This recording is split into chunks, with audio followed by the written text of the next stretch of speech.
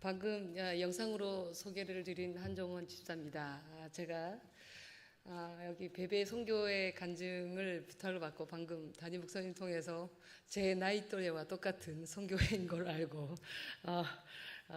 좀 놀랐습니다. 먼저 짧게 기도를 하고 제 삶을 함께 나누고자 원합니다. 짧게 기도하겠습니다. 살아계신 하나님, 주님이 있는 이곳에 함께 하심을 감사를 드립니다. 하나님, 이곳에서 예수님을 드러내며 예수님 앞에 삶을 드리는 이 시간이 감격의 시간이 되게 하시고 하나님을 만나는 시간이 되게 하시고 하나님께서 우리의 영혼과 우리 모든 마음을 회복시키는 시간이 되게 하여 주시옵소서. 하나님께서 우리에게 하시고자 하는 수많은 일들 중에 오늘 작은 삶을 나누고 제 삶을 나누고자 원합니다. 하나님, 이 삶을 통하여서 하나님만 드러내고 예수님만 자랑할 수 있는 이 시간이 되게 하여 주시옵소서. 예수님 이름으로 기도합니다. 아멘. 아마 인터넷을 찾아보면 제 직장이 아주 가까운 곳에 있고, 그리고 제 집도 아주 가까운 곳에 있어서 제가 제일 가까운 곳에서 간증을 하지 않나 싶습니다. 오늘 예레미야서 말씀은 제가 병원에 있을 때 정말 하나님께서 제게 회복할 수 있을 시기에 저에게 주신 말씀이라서 예레미야서 29장의 11절과 12절 13절 말씀을 붙들고 제가 많이 씨름을 했던 말씀 중에 하나입니다. 저는 평범한 삶을 살았습니다. 평범한 삶을 살았고 평범한 체육교사로 고등학교와 중학교의 교사 생활을 했고요. 누구나 가정과 학교와 교회와 이 세 가지의 장소에서만 아마 제가 있었던 것 같은데 꼭 10년 됐습니다. 10년 됐는데 그 10년의 기점으로 제 삶의 모든 모습이 바뀌었습니다. 정말 일상의 삶에서 일상의 삶을 살 수 없는 삶으로, 그리고 아픔이 없는 삶에서 늘 아픔과 씨름하는 삶으로 제 삶이 바뀌었습니다. 저는 어릴 때부터 교회를 다녔지만 실질적으로 주님을 나의 주님으로 영접하고 하나님을 나의 왕이신 하나님을 모시는 시기가 대학을 졸업하는 4학년 때 주님을 모셨습니다. 저희 첫사랑을 주님을 만난 시기가 임용고시를 실패하고 그때 주님을 만났었는데요. 저는 교사가 되기 전에 정말 많은 직업을 가졌습니다. 왜냐하면 임용고시를 많이 실패를 했기 때문에 임용고시 실패하면 또 다른 직업을 가지고 일을 했고 그래서 직업이 많았습니다. 첫 번째 제가 직업을 가졌던 게 보디가드였습니다. 경원 직업을 가졌고요. 그 다음에 직업을 가졌던 것이 태권도 사범이었습니다. 태권도 사범을 거의 2년 가까이 태권도 사범을 했고, 그 다음에 제가 또 했던 것이 지금은 없어진 동대문 야구장에서 제가 야구 기록원과 아나운서를 했었습니다. 그래서 제가 교사 이전에 여러 가지 직업을 가졌었고 임용고시를 3번을 실패를 했습니다. 3번을 실패를 하고 하나님께서는 저와 제 삶의 교사의 삶을 허락하지 않았다라고 저는 생각을 하고 교사의 길을 아예 생각도 하지 않았습니다. 그래서 교사의 삶을 떠나서 그냥 이 직장을 다니면서 생활을 했었고요. 그런데 결혼을 하고 그해 다시 공부를 해야겠다는 생각을 했습니다. 그리고 제가 주님을 처음 만날 때 서원한 것이 있었는데 그 서원이 되게 재밌는 서원을 했습니다. 어떤 서원을 했었냐면, 하나님, 제가 임용고시에 합격하면 하나님한테 꼭 약속할 것이 있습니다. 제가 나중에 교사가 되어서 통인이 되면 평양중학교에서 아이들을 가르치는 체육교사가 되겠다고 제가 그렇게 첫 서원을 하나님께 드렸었거든요. 지금도 가능한지 모르겠지만 여하튼 저의 20대의 첫사랑을 하나님께 고백할 때 그렇게 고백을 했었습니다. 그래서 결혼을 하고 아이를 이제 출산을 하고 다시 마음이 뜨거워지기 시작했습니다. 다시 교사가 삶을 살고 싶었고 또 아이들을 가르치는 것이 저에게 주신 달란트라고 생각을 했었기 때문에 23살부터 쭉 교회학교 봉사를 주일학교 봉사를 하면서 다시 학교로 돌아가야 되겠다는 열망이 참 많았습니다. 그래서 정말 늦은 나이에 다시 임용을 준비를 했습니다. 임용을 준비를 해서 아이를 12월에 낳고 그해 3월부터 다시 공부를 시작했습니다. 공부를 시작하고 1년 그해 시험을 봤지만 떨어졌습니다. 그래서 진짜 하나님께서 저는 교사를 허락하지 않는구나. 교사는 나의 직이 아닌구나. 이렇게 생각을 했는데 저희 남편하고 친정엄마가 딱 한 번만 더 해봐라. 딱 한 번만 더 해봐라.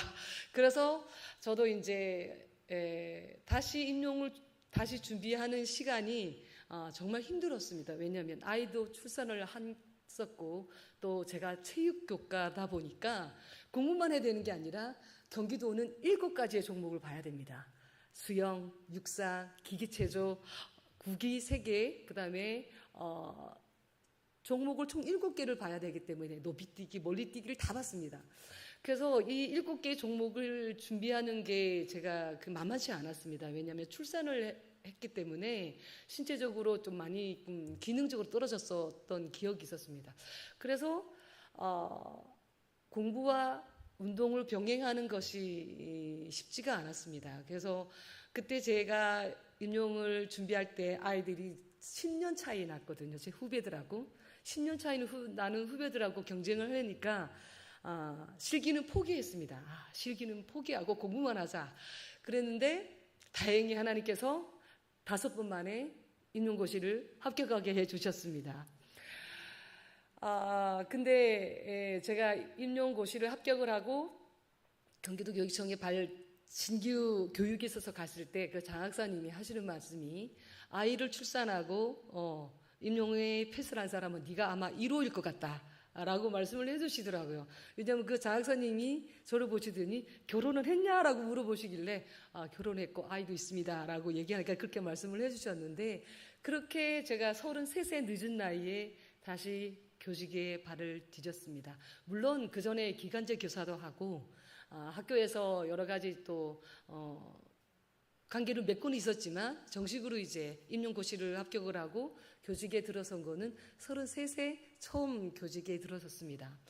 그래서 학교 생활을 정말 열심히 너무나 행복하게 했습니다. 아이들을 아마 23세 합격했으면 아이들을 그만큼 사랑하지 않았을 텐데 10년이 지나서 학교에 돌아오니 아이들이 그렇게 사랑스럽고 내 아이 같고 너무너무 예뻤어요. 그래서 지금도 제가 아이들한테 부르는 애칭이 있습니다. 그러니까 누구야 이름을 부르지만 아가야 이렇게 이름을 부르는데 그게 처음에 애들이 되게 듣기 싫어하거든요. 선생님 제 아기예요. 아기 아니에요. 저 나이가 몇 살인데요. 이렇게 얘기를 하는데 제 눈에는 다 아기같이 보이는 거예요. 그래서 아이들 부를 때는 아가야라는 애칭을 좀 부르긴 하는데, 그래서 10년 동안의 교직 생활을 시작을 하면서 너무나 행복하게 교직 생활을 했습니다. 그리고 제가 이제 교직을 시작하면서 학교 스포츠 클럽이 이제 활성화하게 되기 시작하고 첫 발을 디딛는 시기였기 때문에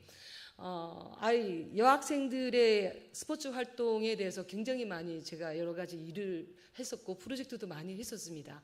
그래서 제가 군포에서 교직 생활을 하고 수원에서 교직 생활을 하고 이제 지금은 이제 용인으로 들어왔지만, 그래서 수원에서 여러 가지 스포츠 클럽 활동을 하면서 학생들하고 이렇게 정말 행복하게 교직 생활을 했었습니다. 교직 생활 딱 11년 차에 제가 방학식을 마치고 우리 반 아이들하고 헤어지고 교직원 연수를 가던 그때에 사고가 났었습니다. 교통사고가 나서 그때 제 교통사고는 정말 상식적으로 일어날 수 없는 교통사고였어요. 왜냐하면 그때 44명이 교직원이 한 차로 갔었는데 선생님들이 신호등 건널목을 줄줄줄줄줄 다 건너고 있었어요. 40몇 명이. 그래서 제가 제일 끝에 이제 우리 다른 학생부장님하고 같이 끝에 가는 길에 불법으로 유턴하는 차에 제가 치이게 됐습니다. 그래서 설마 저 차가 유턴을 할까라고 했는데 운전기사와 눈이 마주쳤어요. 저 차가 유턴을 할까? 근데 유턴을 한 거예요. 그래서 사고는 정말 순식간에 일어났습니다. 그리고 대형 버스이다 보니까 제가 그 타이에 깔리는 사고가 났고 왼쪽 다리가 완전히 으스러지는 그런 상황이 됐었습니다. 그때 제가 이제 사고가 났을 때 상황은 뭐 앞에 계신 선생님들도 난리가 났었고 제 뒤엔 아무도 없었지만 같이 사고가 세 분이 치였어요. 세 분이 치셨는데 다행히 두 분은 바깥으로 튕겨져 나가고 저는 이제 도로변에서 깔리게 됐는데 그때 그 당시만 해도 아직도 사고의 기억은 내 눈 속에 펑펑펑 쏟아지는 핏밖에 기억이 나지 않았어요. 그래서 사고가 나고 제가 아주대로 오는 시간이 거의 3시간 10분 만에 응급실에서 오게 됐습니다. 그래서 너무 많은 시간이 지체가 됐었고 응급실에서 오면서 두 번의 심정지 쇼크가 왔었고 그래서 제가 이제 아주대에서 응급실에서 치료를 이제 시작을 하게 됐습니다. 사고의 상황은 이제 얘기하면 더 힘든 상황이니까 사고 중에 제가 아직도 기억나는 게 뭐냐면 의사 선생님은 다리를 살릴 수 있을 거라고 했습니다. 다리를. 왜냐하면 보건 선생님이 정말 저의 뼈 조각 하나까지 다 수습을 해서 왔었기 때문에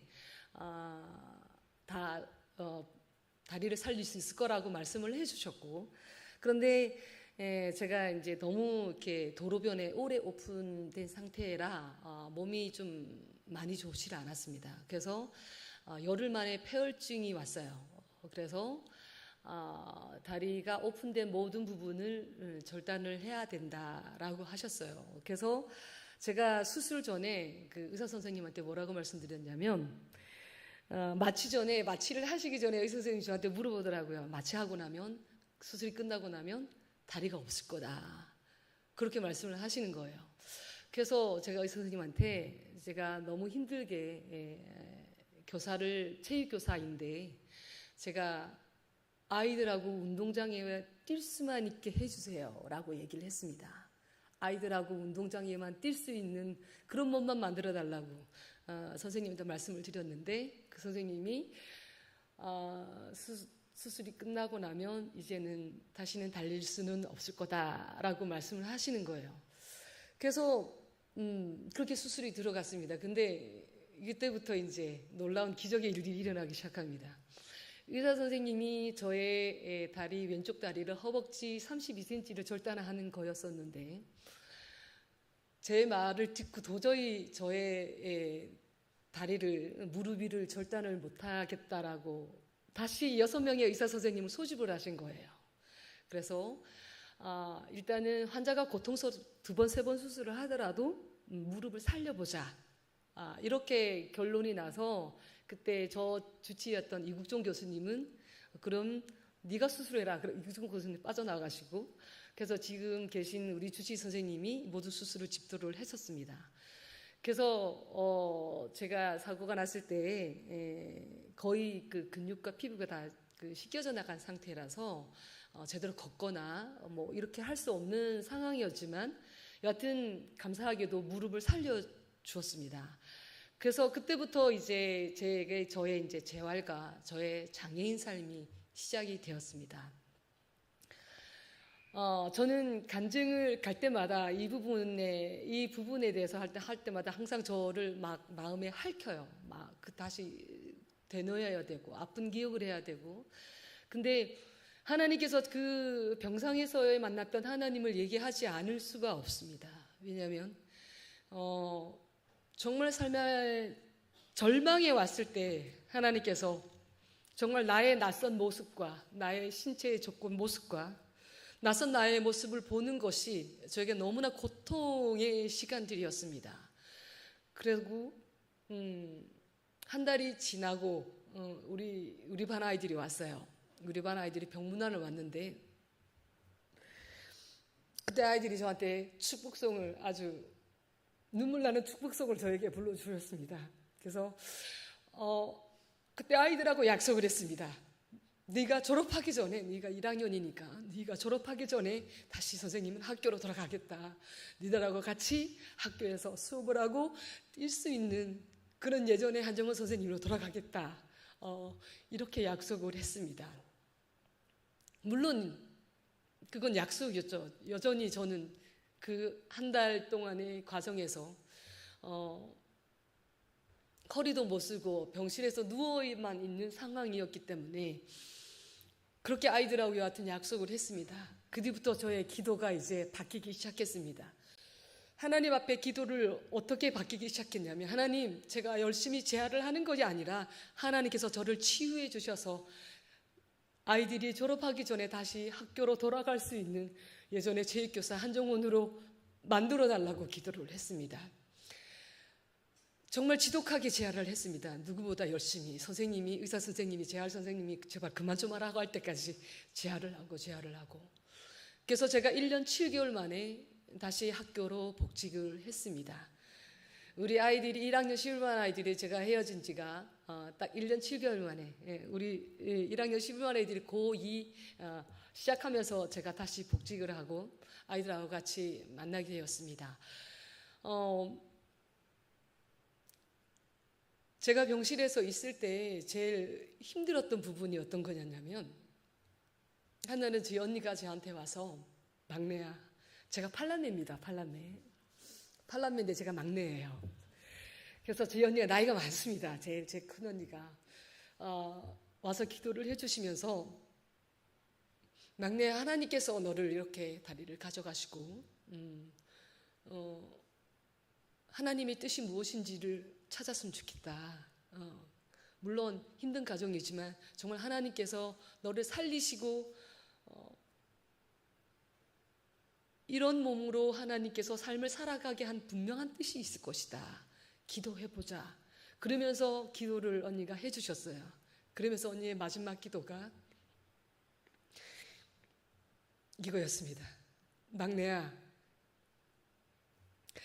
하나님은 너의 장애가 축복인 것 같다고, 장애가 내게 축복이 될 거야 라고 이렇게 기도를 해주시는 거예요. 그래서 그날 언니가 가고 나서 정말 많이 울었습니다. 하나님, 내 장애가 축복인가요? 왜 내 장애가 축복인지, 평생 장애로 살아가는 것이 왜 내게 축복인지를 가르쳐 달라고 했습니다. 하나님께 그렇게 기도를 했고 가르쳐 달라고 했고 그것을 깨닫게 해달라고 기도를 하고, 그날 침상에서 하나님께 드렸던 기도는 뭐냐면, 언니가 저에게 장애가 나에게 축복이라고 말씀해 줬지만, 하나님, 나는 다른 사람의 입술을 통해서 내 장애가 축복이란 말을 듣고 싶습니다. 그렇게 그 말을 듣는다면 정말 장애가 제게 축복이라고 믿겠습니다 라고 기도를 드렸습니다. 근데 그 말을 5년 만에 들었습니다. 5년 만에. 2018년에 제가 미국에서 세계 장애인 골프 대회에서 2관왕을 하고 돌아왔었습니다. 돌아왔는데 골프 샤프트를 만드는 사장님이 저를 뵙자고 해서 갔습니다. 그랬더니 권사님이셨어요. 권사님이셨는데 권사님하고 막 많은 얘기를 나누다가 마지막에 저를 안아주시면서, 한 선생, 내가 보니까 한 선생은 장애가 축복인 것 같아. 그렇게 말씀을 해주시는 거예요. 그래서 그 권사님을 붙들고 제가 얼마나 많이 울었는지 모릅니다. 하나님, 5년 전의 기도가 지금 제게 응답해 주셨군요.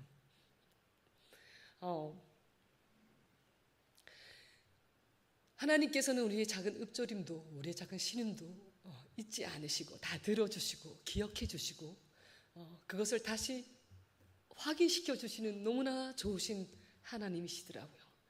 그래서 정말 내가 장애가 슬프거나 아프거나 견딜 수 없는 고통이 아니라 하나님께서 내 삶의 때에 또 다른 삶의 계획을 위해서 나를 만드신 장애의 축복의 통로라고 저는 지금도 믿고 있고 그렇게 살아가고 있습니다. 제가 장애를 가지고 살아가면서 제일 어려웠던 게 뭐냐면, 의족을 벗으면 단 1m도 저는 걸어가지 못합니다. 이제 한 발로 걸어가야 되니까. 그런데 저는 의족을 차면 어디든지 갈 수 있습니다. 어디든지. 제가 장애를 가지고 제일 처음 만났던 장애인 체육이 휠체어 테니스였습니다. 휠체어 테니스. 휠체어 테니스는 이제 장애인들이 휠체어를 타고 테니스를 하는 건데요. 일반 테니스와 똑같습니다. 다른 거는 휠체어를 탄다는 것밖에 없었습니다. 그래서 제가 퇴원할 즈음에 우리 제약과 선생님이 체육 선생이라고 하는데 뭐 주종목이 있냐? 아니 전 사대를 나와서 주종목이 없는데요. 그럼 뭘 제일 잘하냐? 그랬더니 테니스를 정말 열심히 쳤습니다. 그래서 그러면서 연결시켜준 것이 테니스였어요. 그래서 휠체어 테니스를 갔는데 제가 걸어갔죠. 의족을 차고 걸어갔는데 거기는 다 휠체어를 타시는 분들이에요. 그래서 제가 병원을 1년 3개월 만에 퇴원을 하고 테니스장을 갔는데 그분들이 저를 보시고 그때 당연히 긴 바지를 입고 갔겠죠. 어디가 장애냐고 저기 물어보는 거예요. 다리가 왼쪽 다리가 절단이라고 그랬더니 그에 계신 분들이 하는 말이 아이 장애도 아니네 그러시는 거예요. 장애가 아니다. 그분들이 저한테 하는 말씀이 그러는 거예요. 그래서 제가 적잖게 놀랐습니다. 장애가 저 아주 심각한 장애를 갖고 있는데 그랬더니 그분들의 소망은 뭐냐면요. 자기 다리로 3초를 서 있는 게 죽기 전의 꿈입니다. 다 척추장애인들이기 때문에 그분은 자기 두 다리가 있어도 서 있는 게 꿈이고 서 있는 게 소망인 분들인 거예요. 그래서 제가 걸어 다니고 그러는 것이 그분한테는 너무나 꿈 같은 일인 거죠. 그래서 그분들이 저한테 너는 장애가 아니다. 장애인도 아니야. 이렇게 말씀을 해주시는 거예요. 그런데 제가 지금도 말씀을 드릴 수 있는 것은 제가 그분들을 만난 것은 제게 축복이었어요. 그분들을 만나지 않았다면 저는 아주 심한 장애를 가진 장애인이라고 생각하고 있을 거고 이 장애를 그렇게 아프게 계속 갖고 있었을 텐데 그분들이 저한테 넌 장애가 아니야. 넌 걸어 다니잖아. 이렇게 말씀하시는 거에서 제가 얼마나 많은 용기를 얻었는지 모릅니다. 그래서 그분들하고 같이 있으면 항상 제가 숟가락 챙겨드리고 커피 타드리고 제가 다 했습니다. 그래서 제가 이제 그게 5월에 퇴원을 하고 휠체어 테니스를 시작하고 제가 딱 6개월 만에 전국체전에서 금메달을 땄습니다. 그래서 휠체어 테니스를 제가 장애인 체육을 하면서 첫 종목을 휠체어 테니스를 탔는데요. 근데 이제 장애가 저는 이제 이렇게 하태절단이다 보니까 앉아서 휠체어를 타다 보니까 이제 아픈 부위가 혈액순환이 되지 않아서 자꾸 이렇게 터지는 현상이 있었어요. 그래서 선생님한테 갔더니 걷게 만들어놨더니 이제 안 걸으려고 그러냐고. 그래서 선생님이 너 장애하고 휠체어 테니스는 맞지가 않는 것 같다. 그래서 그때 이제 그럼 제가 뭘 해야 좋겠습니까? 라고 했더니 많은 걷는 운동을 하라고. 그래서 걷는 운동이 뭐 있을까요? 그랬더니 그때 선생님이 골프를 추천해 주셨거든요. 그래서 골프를 시작을 하고 싶은 마음이 있었어요. 그 전에 골프를 치지도 않았습니다. 그런데 또 너무나 희한한 건 제가 섬기고 있는 교회가 이제 앤디 스포츠 팀이 있어요. 거기서 골프 팀이 있는데 우리 목사님이 와서 신방 와서 기도해 주시면서 한 집사 얼른 낫고 나랑 골프 치자 이러시는 거예요. 근데 진짜 다리를 절단하고 2주도 안 돼서 저한테 그 말씀을 하셨습니다. 그래서 제가 아멘 했습니다. 아멘. 목사님 건강하게 나가서 목사님이랑 골프 치고 싶다고. 그래서 목사님도 건강해지면 병원을 퇴원하면 골프를 시작해라. 그렇게 말씀을 저한테 해주셔서 골프가 나한테 잘 맞나? 그래서 제가 골프를 2015년부터 골프를 시작을 했습니다. 2015년부터 골프를 시작을 했는데 이 골프라는 종목이 돈이 굉장히 많이 들더라고요. 그래서 이제 하기가 좀 두려웠습니다. 배우기 시작하면서 너무 많은 돈이 들어가서 이 골프를 계속 해야 되나? 막 이랬는데 제가 또 다른 계기가 저한테 왔죠. 2016년에 일본 오픈을 처음 가게 됐습니다.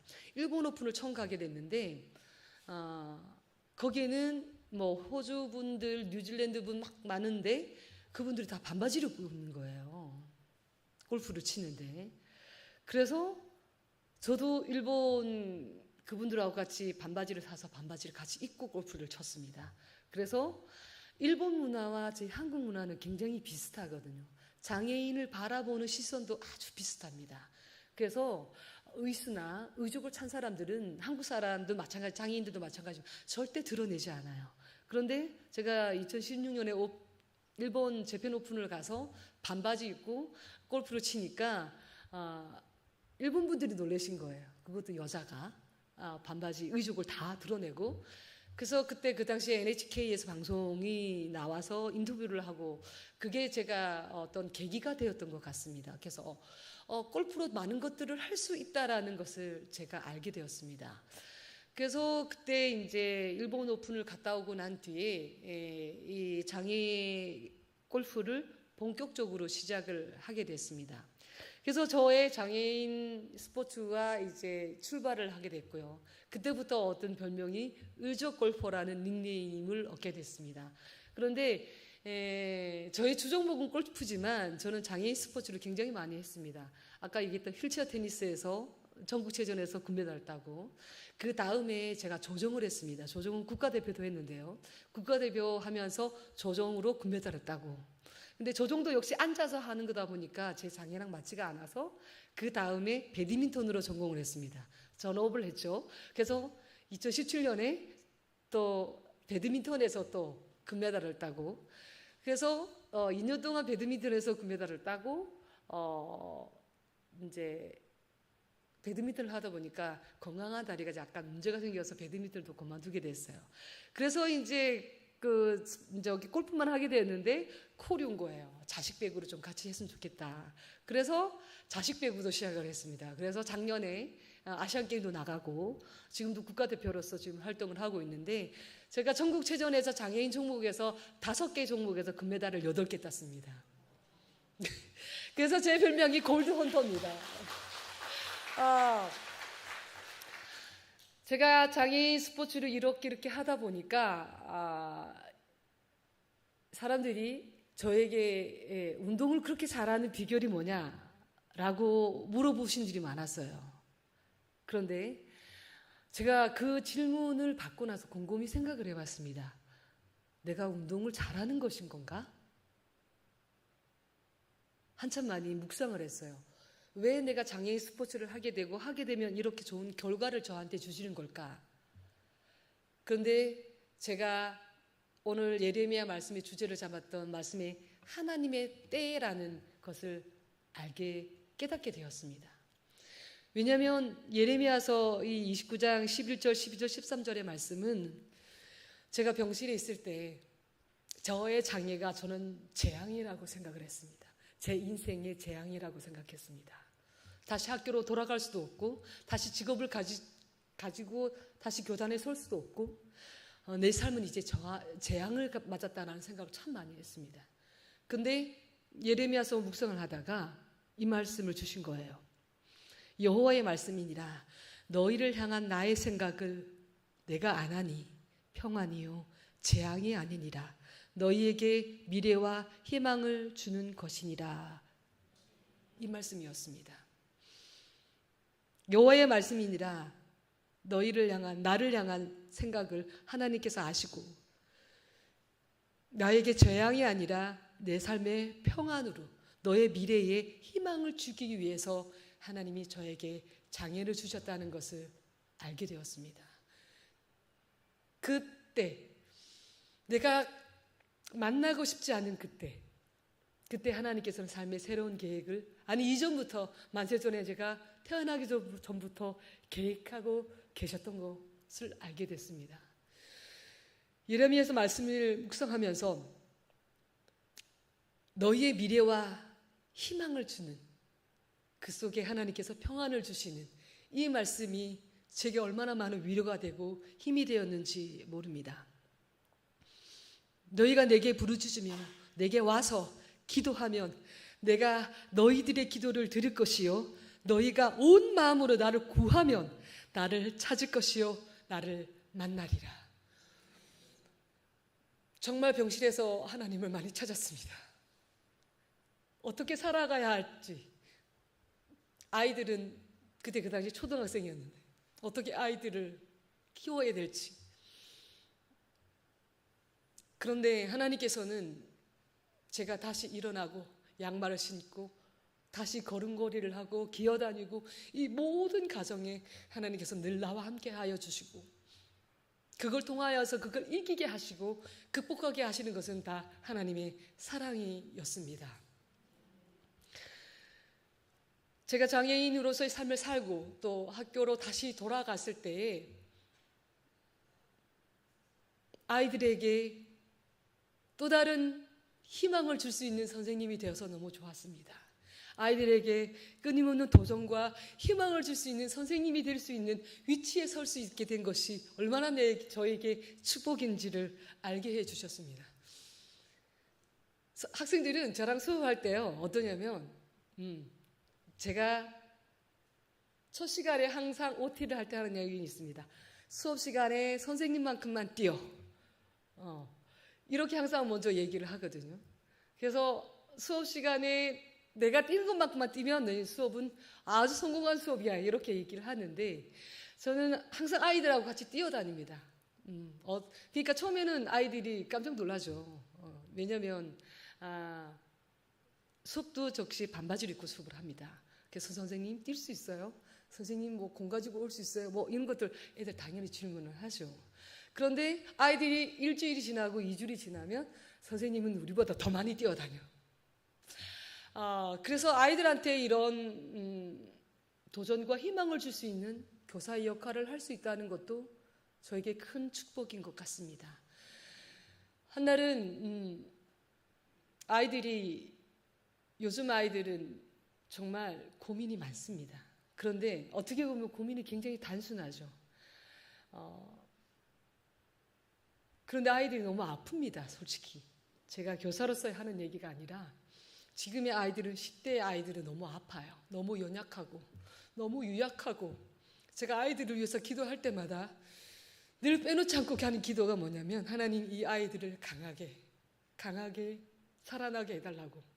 아이들이 너무 유약하기 때문에 작은 말에도 상처 있고 작은 말에도 실망하고 정말 한마디의 자존감을 잃어버리고 한마디의 삶의 의욕을 잃어버리는 아이들이 너무나 많기 때문에 하나님 이 아이들을 강하게 자라게 해달라고 이렇게 잊지 않고 항상 기도를 합니다.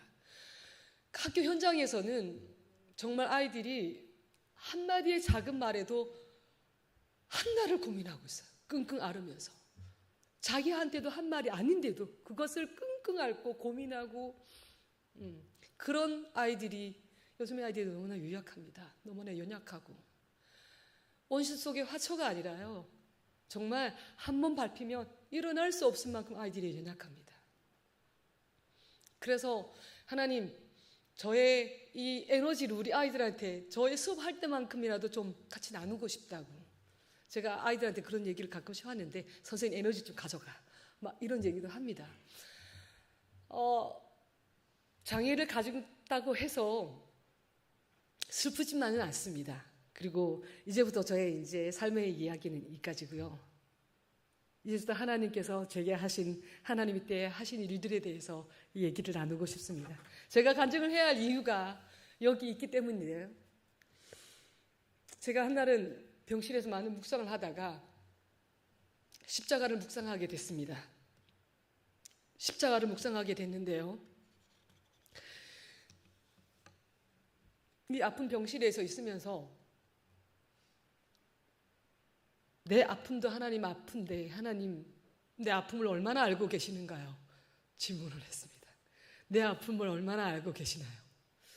일어나지도 못하고 그냥 병실에서 누워있는 나의 모습이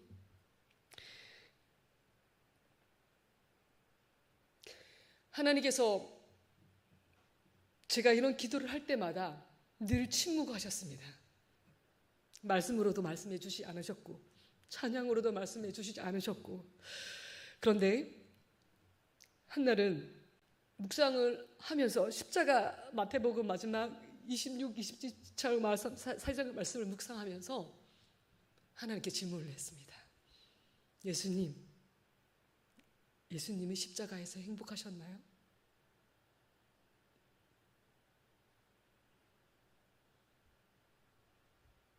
어땠을 것 같습니까?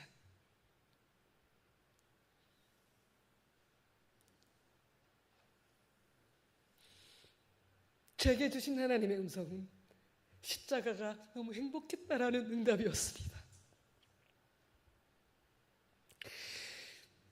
그 십자가가 아니면 저는 여전히 죄인으로 살아야 되는 것이고, 그 십자가가 아니면 저는 구원의 자녀가 될 수 없다라는 것을 깨닫게 해주셨습니다. 그 십자가에 예수님의 그 행복함을 왠지 정말 전율로 느꼈었는데요. 그때부터 제 아픔이 아니라는 것을 제가 마음으로 깊이 알게 됐습니다. 그리고 하나님의 말씀을 구하기 전에 하나님, 제가 무엇을 할까요? 어떻게 살아갈까요? 그때 하나님께서 저에게 주신 게 행복하게 살아라. 행복하게 살아라는 거였습니다. 하나님, 이 몸을 가지고 어떻게 행복하게 살까요? 장애의 삶을 이거 어떻게 행복하게 살까요? 묻고 물었습니다. 그때 하나님께서 제게 들려주신 것은 나로 행복하면 안 되겠니? 라는 거였습니다. 그렇습니다. 예수님은 십자가로 인해서 행복하시고 십자가로 인해서 우리는 행복해질 수 있다는 것을 저에게 깨닫게 해주셨습니다.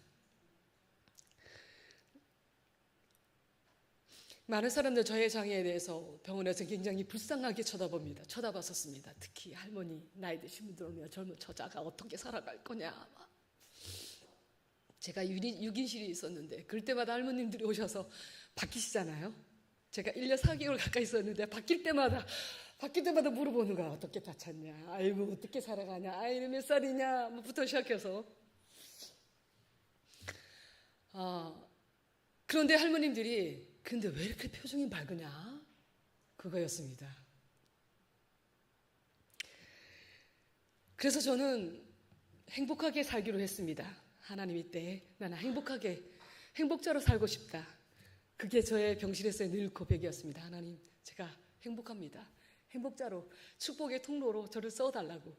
그렇게 기도를 하고 나니 저의 장애가 조금은 받아들였습니다. 마음이 평안해졌고, 그리고 나의 미래가 재앙이 아니라는 것을 또한 알게 해주셨습니다. 제가 중환자실에 있을 때 병실에서 이거는 이제 제가 새롭게 하셔서 나왔던 간증의 내용인데, 중환자실에 있을 때까지는 제가 다리가 있었습니다. 정말 수십 개의 핀을 박아놓고 제 다리를 만들어 놨었는데, 폐혈증 초기 증상이 오고 나면서 계속 이제 이렇게 몸이 괴사가 되고 이런 상황이었는데, 그때 환상을 보게 됐습니다. 환상을 보게 됐는데 갑자기 하나님께서 저에게 환상을 보여주셨는데, 정말 푸른 바다와 하얀 하늘과 정말 그 반짝이는 파도와 모래사장을 보여주셨는데, 그 뒤에 큰 어른의 뒷모습과 어린아이의 뒷모습으로 두 손을 꼭 잡고 있는 모습이었습니다. 그래서 그걸 보고 있는데 어린아이가 왼쪽 다리가 없는 거였습니다. 그래서 제가 중환자실에서 제가 그때 이제 수요를 하고 있었는데 난리가 났었죠. 하나님, 저 내 신 달라고, 내 다리 달라고. 그때 저때 들렸던 음성이 내게 새 신을 주겠다라는 음성이었습니다. 그래서 제가 하나님, 새 신 필요 없다고, 제 다리 달라고. 그렇게 난리를 부리고 정말 딱 1시간 만에 제가 수술실에 들어가게 됐습니다. 근데 그때 그 당시에 하나님께서 제게 새 신을 주겠다라고 하셨을 때, 지금은 이제 고백할 수 있는 게지만 새 신보다 더 멋진 저의 로봇 다리를 주셨습니다. 학생들이 저에게 항상 하는 말이 뭐냐면, 선생님 다리 한 번 만져봐도 돼요? 이거예요. 제 다리 한 번 만져봐도 돼요? 되게 아이들이 신기하거든요. 아이들은 편견이 없습니다. 그래서 제 다리를 당연히 만져보게 하죠. 그러면 아이들은 괜찮아요, 괜찮아요, 이렇게 안아줍니다. 근데 제 장애를 자꾸 오픈하면서 아이들이 장애 편견이 좀 없어졌으면 좋겠다는 저 소망도 있거든요. 근데 이 장애를 실제로 이렇게 아이들하고 수업을 해보면 아이들은 장애를 모릅니다. 우리 선생님이 장애인인지 전혀 모르거든요. 그런데 어느 순간에 제가 넘어지거나 그러면 30명의 아이들이 다 우르르 옵니다. 아, 선생님 괜찮냐고 앉으라고 의자 가져오고 뭐 난리가 나는 거죠. 이게 산교육이 아닌가 싶습니다. 저는. 우리 살면서 가끔씩 제가 누구보다 잘 걷고 싶었거든요. 잘 걷고 싶었고 잘 뛰고 싶었고 그래서 병원에 나왔을 때 하나님 저 잘 뛰게 해달라고 잘 걷게 해달라고 이렇게 했는데 지금은 요즘에 제가 하나님 앞에 묵상을 하면서 기도하는 게 잘 걷고 잘 뛰는 게 중요한 게 아니라 하나님과 같이 걷고 하나님과 같이 뛰는 것이 중요하다는 걸 요즘 많이 느낍니다. 내 때가 아닐 때 저는 참 많이 좌절을 했습니다. 장애 골프를 시작하면서. 왜냐하면 다른 종목들은 다 장애인과 경쟁을 하는데 이 골프는 장애인과 경쟁을 하지 않습니다. 저는. 왜냐하면 좀 교만한 말인데요. 한국에서는 장애인 골프를 많이 하지 않습니다. 여자가. 그래서 경쟁을 할 사람이 별로 없고요. 그래서 외국에 나가야 장애인 실질적으로 골프를 정식으로 할 수 있고 대회를 할 수 있고 그래서 제가 거의 국제대회만 나가는데 지금 제가 아까 영상에도 나와 있지만 비장애인과 경쟁을 합니다. 실은 오늘 간증이 끝나고 바로 또 부유로 나가서 내일 3부 시드전을 또 대회를 치러야 되는데 거기에 가면 나이가 19살부터 시작해서 20살 이렇게 다 고등학교 갓 졸업한 아이들 그 중에 제가 엄마 같은 데가 딱 들어가 있습니다.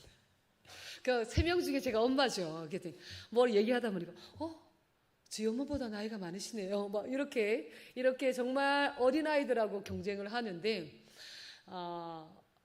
쉽지 않겠죠, 당연히. 또 몸도 불편하고 그렇지만 너무 행복합니다. 그런 그 비장애인들과 경쟁하고 거기서 또 제가 느끼고 배우고 다시 또 돌아와서 연습하고 제가 학교를 지금은 이제 생활을 돌아보면 제가 아침에 새벽 예배가 있을 때는 5시에 일어나서 예배 드리고 6시부터 8시 20분까지 운동을 합니다. 출근하기 전까지. 그래서 출근해서 학교에서 막 생활을 하고 학교에서 5시에 퇴근하면 5시 반부터 9시 40분까지 또 연습을 합니다. 그 생활을 지금 5년째 하고 있는데 제가 이 5년째 생활을 하고 있는 것도 기적인 것 같습니다. 하나님의 은혜가 아니면 제가 하루에 5시간, 6시간 운동을 할 수 있는 체력도 안 되겠지만 그런데 이 기간, 5년 가까운 기간을 지금 이렇게 해왔습니다. 그래서 제가 하나님의 때가 이때입니까? 라고 눈물을 보였습니다. 왜 대회 나갈 때마다 하나님 좋은 성적을 갖고 싶으니까요. 하나님 이 좋은 성적을 받는 이때가 내 때인가요? 막 하나님이 때인지 아닌지 항상 이렇게 캐션 마크를 묻히고 항상 골프장을 갔는데 근데 항상 실패합니다. 항상 깨지고 항상 원하는 스코어 안 나오고 막 원하는 등이 안 나오고 그래도 제가 골프장에 가는 것은 내가 골프를 하지 않으면 제가 할 수 있는 일이 점점 줄어든다는 게 저는 굉장히 좀 슬펐어요. 내가 할 수 있는 일이 많다라는 게 때로는 저에게 삶의 용기가 되고 에너지가 되고 그랬던 것 같습니다. 그래서 이 방송 전에 한번 인터뷰를 했던 것이 있는데 골프를 왜 하냐라고 물어보더라고요. 왜 하냐고. 그래서 그때는 답변을 못했어요. 한참 물론 편집된 내용이라 답은 했지만 골프를 왜 하냐 방송에 나오지 않았습니다. 하나님을 자랑하고 싶어서 골프를 한다고 이렇게 얘기를 했었는데 저는 골프를 하는 이유가 하나님을 자랑하고 싶어서 골프를 합니다.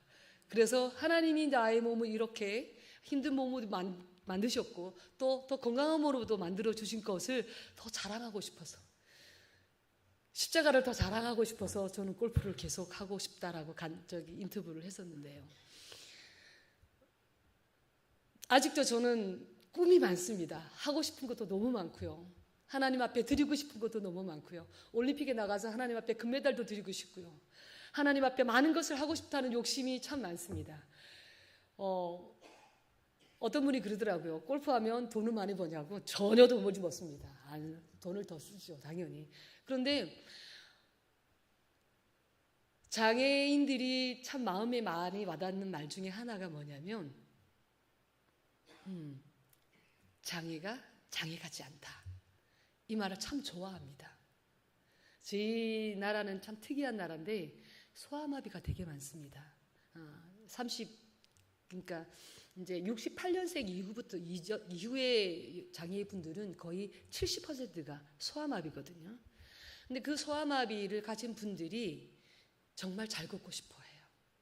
뛰지는 못하시지만 잘 걷고 싶어 해요. 근데 그분들이 제일 기뻐하는 말이 장애인 같지가 않다. 이 말을 제일 듣고 싶어 한대요. 그래서 제가 그 언니들 만나면 언니 그 모습이 예수님을 좀 닮았으면 좋겠어. 이렇게 얘기를 하면 니나 닮아라. 니나 닮아라. 이렇게 얘기를 하는데요. 저는 예수님을 닮고 싶습니다. 노력하고 있고요. 그리고 아마 하나님께서 저를 어떻게 쓰실지 모르겠지만 저는 하나님께서 하나님의 때에 하나님의 쓰임에 맞는 그릇이 되기 위해서 이 질그릇 같은 제가 다듬어지고 깨지고 그런 과정을 통해서 하나님의 때에 하나님의 멋지게 짜잔 작품이 되는 시기가 올 거라고 믿습니다. 우리는 모두 다 하나님의 작품입니다. 내 외모가, 나의 신체가, 나의 성격이, 나의 직업이 그렇지만 그 모든 것을 내려놓고 십자가를 바라보고 성공이란 단어를 좀 내려놓고 한 발짝 한 발짝 하나님과 같이 걷고 하나님과 같이 뛰면 우리의 삶은 저는 성공이라고 생각이 듭니다. 항상 가슴에 십자가를 품고 성령님과 함께 동행하면서 내가 할 수 있는 최선의 삶을 다하는 것, 하나님이 그것을 제일 기뻐하신다고 생각합니다. 내가 어떤 것을 무엇을 많이 드리고 무엇을 성공해서 하나님이 기뻐 드리는 것이 아니라 내 삶 자체에 최선을 다하고 주어진 24시간을 하나님 보시기에 아름답게 썼다면 하나님이 제일 기뻐하실 거라고 저는 생각이 듭니다. 그래서 저는 늘 노력합니다. 절 애씁니다. 그럼 물론 지치고 하지만 그럴 때도 있지만 그래도 눈 뜨고 다시 내가 살아있구나. 내가 호흡하고 있구나. 주님 감사합니다. 제가 호흡하고 있군요. 제가 일어날 수 있군요. 감사합니다. 오늘도 열심히 살겠습니다. 하나님 함께 해주셔서. 제가 이렇게 기도하고 하루를 시작합니다. 제가 간증 다니면서 제일 마지막에 하는 말들 중에 하나가 뭐냐면요. 하나님은 절대 우리의 손을 놓지 않으십니다. 제가 그 환상 중에 그 붙잡은 손을 아직도 평생 기억하고 있는 것은 내가 놓고 싶어도 그 손을 예수님이 절대 놓지 않는다는 거예요. 결단코 놓지 않으십니다. 같이 천국에 갈 때까지 그 손은 함께 붙잡고 가신다는 겁니다. 예수님은 우리의 왕이신 거 아시죠?